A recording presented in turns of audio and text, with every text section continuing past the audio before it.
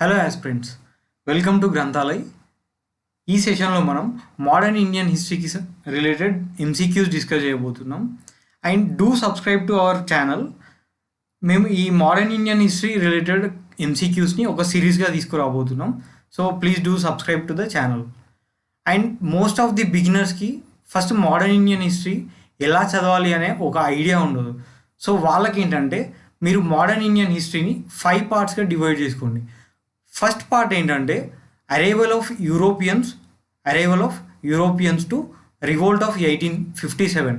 ఈ టైం లైన్ని first పార్ట్గా divide చేసుకోండి. అండ్ సెకండ్ పార్ట్ ఏంటంటే 1857 to 1885. This should be second part. Revolt of 1857 నుండి కాంగ్రెస్ ఫార్మేషన్ అయ్యే వరకు ఇది second part. And the third part is 1885, అంటే కాంగ్రెస్ ఫామ్ అయిన తర్వాత నుండి గాంధీ ఇండియన్ పాలిటిక్స్లో 1915 గాంధీ ఇండియన్ పాలిటిక్స్లో ఎంటర్ అయ్యే టైం వరకు థర్డ్ పార్ట్. ఓకే, దీన్ని థర్డ్ పార్ట్గా డివైడ్ చేసుకోండి. And the fourth part is most important part, Gandhian ఎరా. గాంధీ ఇండియన్ పాలిటిక్స్లో ఫ్రీడమ్ మూమెంట్లో ఎంటర్ అయిన టైం నుండి 1942 వరకు. ఓకే, ఇది fourth part. And partition and independence 1942 నుండి 1947 వరకు ఇది ఫిఫ్త్ పార్ట్ అయి ఉండాలి. సో దట్ మీకు ఏంటంటే రివిజన్ చేసే ముందు కానీ ఎగ్జామ్ ముందు మీకు చాలా ఈజీగా రివైజ్ అవుతుంది. ఓకే, మీకు ఏ పార్ట్లో ఏముంది అనేది మీకు ఒక అండర్స్టాండింగ్ ఉంటుంది. So that you can answer MCQs easily. Moving on to the questions. The first question is French challenge to the British supremacy came to end with the battle of which battle అని అడిగిండు. Okay, question ఏంటి? British supremacy challenge చేసిన ఫ్రెంచ్ని British ఏ వార్లో defeat చేసింది అని అడిగిండు. Okay, ఏ బ్యాటిల్లో defeat చేసింది అనే question. Battle of Wandiwash is the answer. Battle of Wandiwash ఎక్కడ జరిగింది అంటే తమిళనాడులో. ఓకే, ఫ్రెంచ్కి బ్రిటిష్కి మధ్య 3 కార్నటిక్ వార్స్ జరుగుతాయి. ఓకే, 3 కార్నటిక్ వార్స్ జరుగుతాయి. ఈ 3 కార్నటిక్ వార్స్లో third Carnatic war is the last Carnatic war. ఈ కార్నటిక్ వార్ ఏ ఇయర్లో జరుగుతుంది అంటే 1760లో. అంటే బ్యాటిల్ ఆఫ్ వండివాష్ అనేది 1716లో జరుగుతుంది. ఈ బ్యాటిల్ ఆఫ్ వండివాష్ తర్వాత British became the supreme European power in India. Okay, supreme European power in India. 1760 తర్వాత వేరే యూరోపియన్ కంట్రీస్ అన్నీ సమ్ పార్ట్ ఆఫ్ ఇండియాకి ఐదర్ ఫ్రెంచ్ పాండిచేరికి, పోర్చుగీస్ గోవాకి ఇలా రిస్ట్రిక్ట్ అయిపోయి ఉన్నాయి. So British became the supreme power. And మీకు వేరే బ్యాటిల్ చూసినట్లయితే ఆప్షన్స్లో బ్యాటిల్ ఆఫ్ బక్సర్ 1764లో అండ్ బ్యాటిల్ ఆఫ్ ప్లాసే 1757లో. ప్లాసే ఎవరెవరికి మధ్య అంటే Sirajuddaula versus East Indian company. ఈ ఈస్ట్ ఇండియన్ కంపెనీ హెడ్ చేసింది ఎవరు అంటే Robert Clive. Okay, Robert Clive in battle of Plassey. Buxar ఎవరెవరికి మధ్య అంటే Nawab of Bengal Mir Qasim. Okay, Mir Qasim and Mughal emperor and Shujauddaula versus East India company. Okay, East India కంపెనీకి మధ్య. ఈ వార్లో ఈస్ట్ ఇండియా కంపెనీ డిఫీట్ చేస్తుంది అండ్ బ్యాటిల్ ఆఫ్ ప్లాసేలో ఈస్ట్ ఇండియా కంపెనీయే డిఫీట్ చేస్తుంది. వండివాష్లో కూడా ఈస్ట్ ఇండియా కంపెనీయే డిఫీట్ చేస్తుంది. ఎవరిని? ఫ్రెంచ్ని. So that East India company became the most powerful and strongest European power in India. మీకు ఆన్సర్ ఏంటి? Wandiwash is the answer. Moving on to the next question. In the context of European conquest of India, where did the Dutch establish their first factory? మీరు ఎప్పుడు కూడా European powers ఇండియాకి arrive అయినవి అన్న కాన్సెప్ట్లో మీరు గుర్తుపెట్టుకోవాల్సిన 2 పాయింట్స్ ఏంటంటే 2 పాయింట్స్. అందులో ఫస్ట్ ఏంటి అంటే arrival year. Okay, arrival year. And the second one is their first factory. What is it? Their first factory. వాళ్ళ first factory and their arrival year. ఓవరాల్గా ఇండియాకి 5 European countries arrived. What are those? First is Portuguese, and the second one is Britain, the third one is Dutch, and the fourth one is Danes. Danes or Netherlands. Okay, the fifth one is French. French is the last European power. French అనేది last European power, last Europe country to come to India. Okay, and మీకు ఎగ్జామ్స్లో ఎలా అడగవచ్చు అంటే which is the first country and last country, which is the first country to arrive in India and which is the last country to depart from India. The answer is Portuguese. Okay, Portuguese is the answer. French అనేది ఇండియాకి లాస్ట్లో arrive అయింది. Okay, and their first factories ఏంటి? Portuguese first factory is Calicut. Calicut ఏ రీజియన్లో ఉందండి? కేరళలో. Present కేరళలో క్యాలికట్ ఉంది. So Portuguese first factory is in Calicut. And English and French, both first factories are in Surat. Okay, Surat. Britain and French, both first factories are in Surat, that is in Gujarat. Dutch first factory ekkada undante Masulipaట్నం, that is in AP. Okay, present ఆంధ్రప్రదేశ్లో మచిలీపట్నం అని ఇప్పుడు పిలుస్తున్నారు. So Dutch first factory మచిలీపట్నంలో establish చేశారు. So Danes ఎక్కడ? ట్రాంక్వెబర్ ఎక్కడుంది అంటే తమిళనాడులో. So these are the year of establishment. First factory ఏ ఇయర్లో ఎస్టాబ్లిష్ చేశారు అని. సో మీకు మెయిన్గా ఏంటంటే ఇది ఎక్కువ గుర్తుండకపోయినా పర్లేదు, but their first factories and the arrival years. Okay, the arrival years should be remembered. ఈ 2 పాయింట్స్ గుర్తుపెట్టుకుంటే మీకు most of the exams answer చేయవచ్చు. మీకు ఇప్పుడు క్వశ్చన్ చూద్దాం. క్వశ్చన్ ఏంటి? Dutch establish their first factory అన్నారు. ఎక్కడ అండి? మసూలీపట్నం ఎక్కడ ఉంది అన్నాం? ప్రెజెంట్ ఏపీలో. ఓకే, ప్రెజెంట్ ఏపీలో. సూరత్లో ఎవరు? British and French establish their first factory in Surat. Moving on to the next question. Consider the following pairs. Land revenue associated areas. ఏంటంటే క్వశ్చన్ దేని గురించి? Land revenue and associated areas. మీకు land revenue అనేది ఎందుకు అంత important అవుతుంది అంటే before ఇండిపెండెన్స్కి ముందు అంటే 1947కి ముందు land revenue or land tax అనేది the most important source of income. ఏ గవర్నమెంట్ ఉన్నా కూడా, అది కింగ్డమ్ అయినా బ్రిటిష్ పవర్ అయినా కూడా, land revenue or land tax is the main source of income for the గవర్నమెంట్కి ఇది main source. Okay, main source of income. So అందులో 3 సిస్టమ్స్ ఉన్నాయి. ఓకే, ఈ ట్యాక్స్ కలెక్షన్ సిస్టమ్స్ అనేవి 3 సిస్టమ్స్ ఉన్నాయి. ఈ 3 సిస్టమ్స్లో మీరు గుర్తుపెట్టుకోవాల్సిన పాయింట్స్ ఏంటి అని అంటే, ద ఫస్ట్ పాయింట్ ఈస్, మీరు ఒక బాక్స్ క్రియేట్ చేసుకోండి. ఈ పాయింట్స్ గుర్తుపెట్టుకోవాలంటే permanent settlement system, Ryotwari system and Mahalwari system. ఇందులో మీకు మెయిన్గా గుర్తుండాల్సిన పాయింట్స్ ఏంటి అంటే, ఫస్ట్ థింగ్, పర్మనెంట్ సెటిల్మెంట్ సిస్టమ్ని ఇంట్రొడ్యూస్ చేసింది ఎవరు? ఓకే, ఇంట్రొడ్యూస్ చేసింది ఎవరు? ఇండియాలో. Okay, and the year of implementation, ఏ ఇయర్లో ఈ సిస్టమ్ని ఇంట్రొడ్యూస్ చేశారు. And the third one is, ఈ ట్యాక్స్ కలెక్షన్ త్రూ ఎవరి ద్వారా ఈ ట్యాక్స్ కలెక్ట్ అవుతుంది. ఓకే, సో ఈ 3 points. And the main point is region. Okay, region. Permanent settlement అనేది Bengal, Bihar and Odisha. Present day Odisha.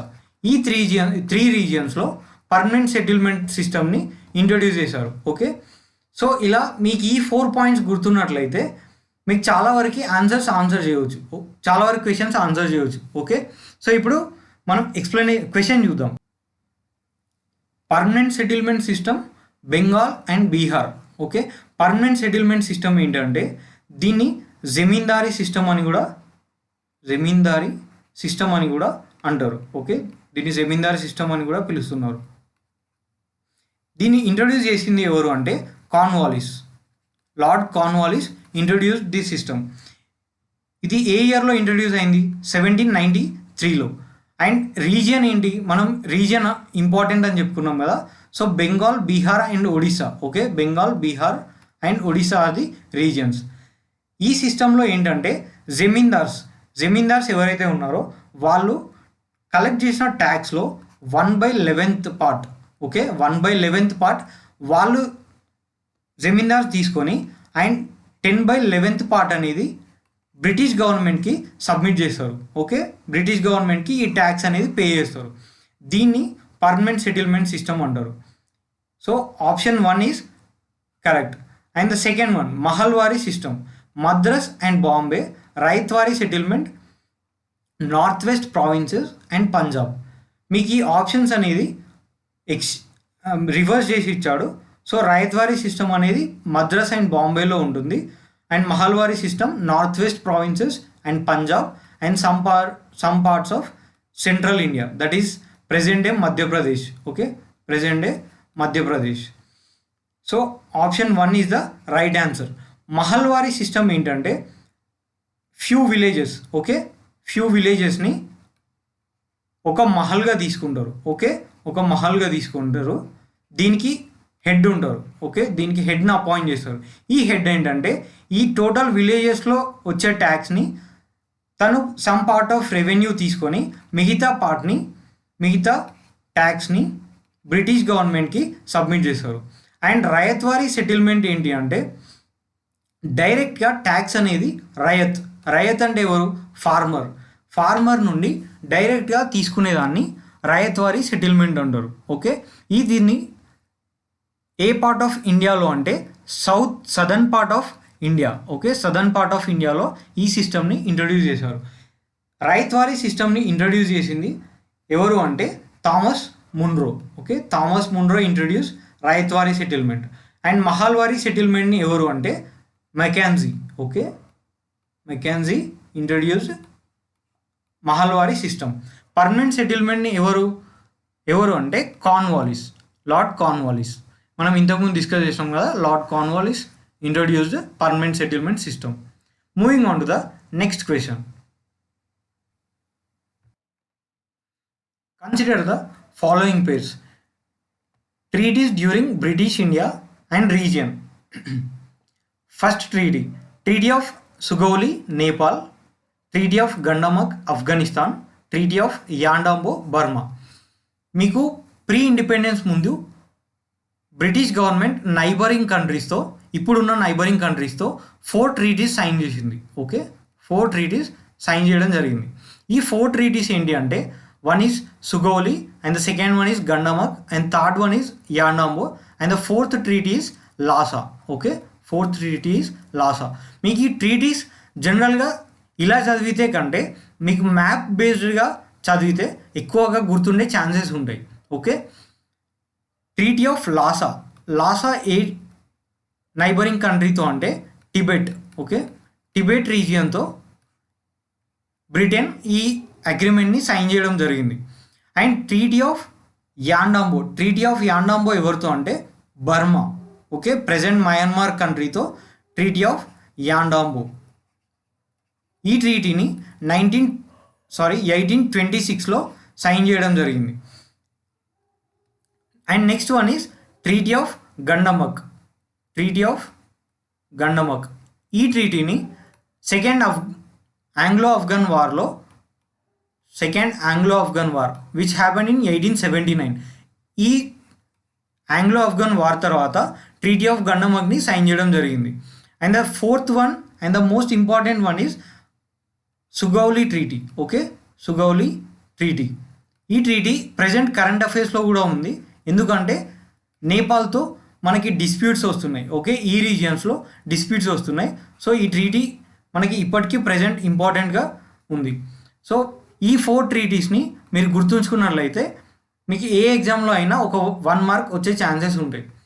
So మీరు ఇప్పుడు క్వశ్చన్ చూడండి. Treaty of Sugauli, Nepal, it is the right answer, right pair. And treaty of Gandamak, Afghanistan. Treaty of Yandabo, Burma. These 2 are also right pairs. Answer ఏంటి? Option D is the right answer. Moving on to the next question. With reference to Young Bengal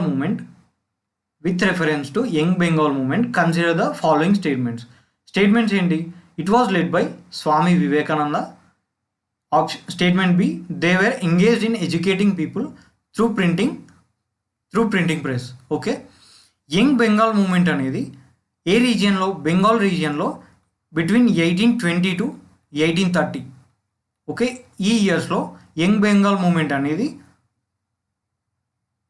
henry Vivian Derozio, okay, Henry Vivian Derozio ఈ మూమెంట్ని led చేయడం జరిగింది. Okay, he is faculty of Hindu college. Okay, he is faculty of Hindu college which is present in Bengal region.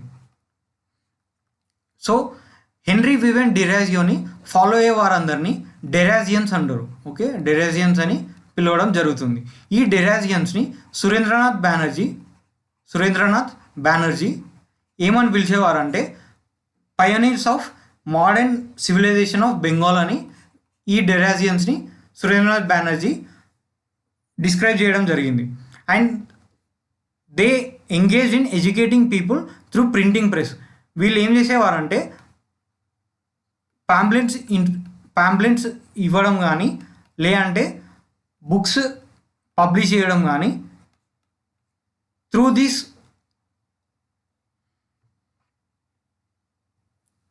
These mediums they educated the people. Okay, మీకు option 1 చూసినట్లయితే it was led by Swami Vivekananda అని ఉంది. So ఈ option wrong. Swami Vivekananda ఏం lead చేసిండు అంటే, ఏం find చేసిండు అంటే రామకృష్ణ మిషన్ని ఎస్టాబ్లిష్ చేయడం జరిగింది. ఇది ఏ ఇయర్లో అంటే 1896లో. Okay, so statement A is wrong. మీకు ఆన్సర్ ఏంటి? Option 2 is the right answer. Moving on to the next question. Who among the following gave the call for one religion, one caste, one god for man kind?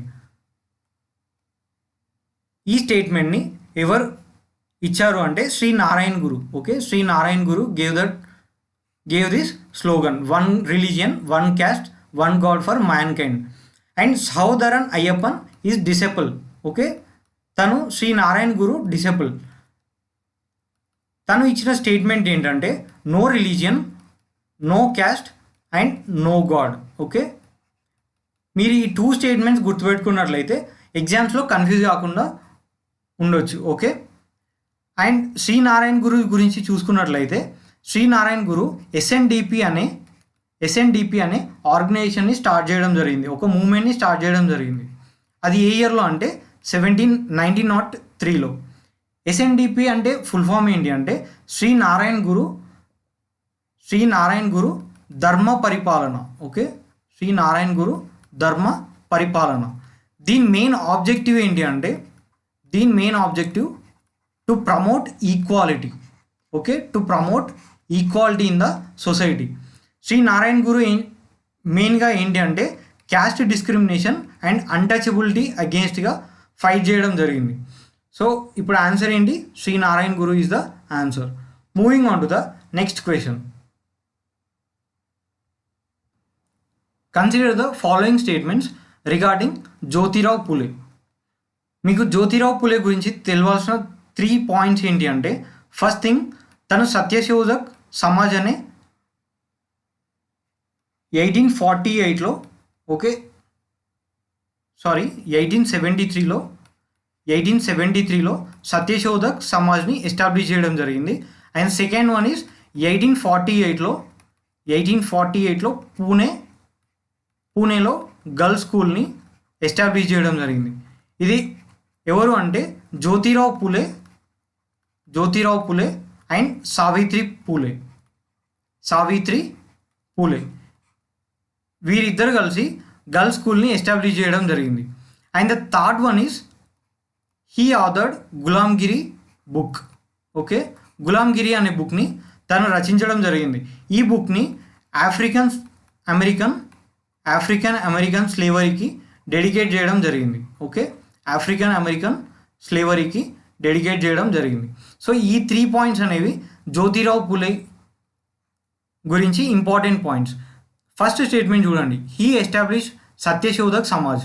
This is in year 1873. Okay, ఈ statement right statement. He was given the title of Mahatma by MG Ranade.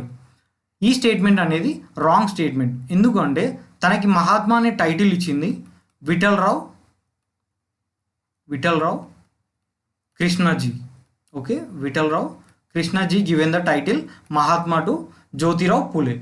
So option B is the wrong statement. Answer ఏంటండి, which of the above statements are correct statements అని అడిగిండు. So option 1 is the correct statement. Moving on to the next question. Consider the following pairs, political organization and personality associated with it.